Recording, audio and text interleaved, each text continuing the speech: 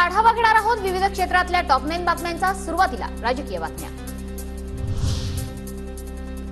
विधान परिषदेच्या निवडणुकीत अर्ज मागे घेण्याचा आजचा शेवटचा दिवस। विधान परिषदेच्या 11 जागांसाठी 12 उमेदवार रिंगणात। एका उमेदवारानं अर्ज मागे घेतला नाही तर निवडणूक अटळ।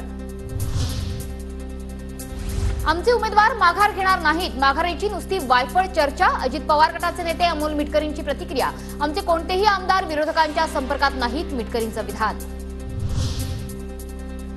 विधान परिषदेत ठाकरे किंवा पवारांचा उमेदवार पडणार। विधान परिषद निवडणुकीबाबत महायुतीच्या नेत्यांचं मोठं विधान। महाविकास आघाडीचा अभ्यास करून एक उमेदवार पडेल अशी तजवीज करू, सामंत यांचं वक्तव्य।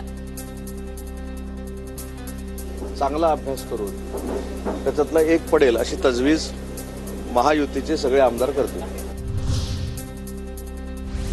विधान परिषद निवडणुकीत महाविकास आघाडीचे उमेदवार जिंकतील, विरोधी पक्षनेते विजय वडेट्टीवार यांच्याकडून विश्वास व्यक्त। आज विधान भवनात राज्य मंत्रिमंडळाची बैठक। विधानसभा आणि विधान परिषद विषयी बैठक होणार।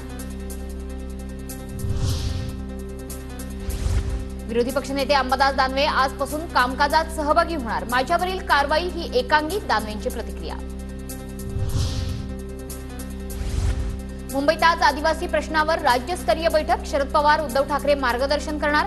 सकाळी 10 वाजेपासून 4 वाजेपर्यंत चर्चासत्र चालणार।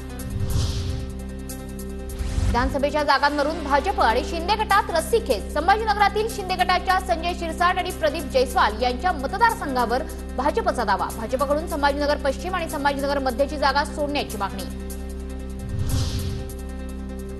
विधान परिषदेतील अनिल परबांचा कार्यकाळ संपला। परबांकडे ठाकरे गटाचा सेनापती म्हणून पाहिलं जातं। निवृत्तीवेळी देवेंद्र फडणवीसांकडून अनिल परबांचं कौतुक।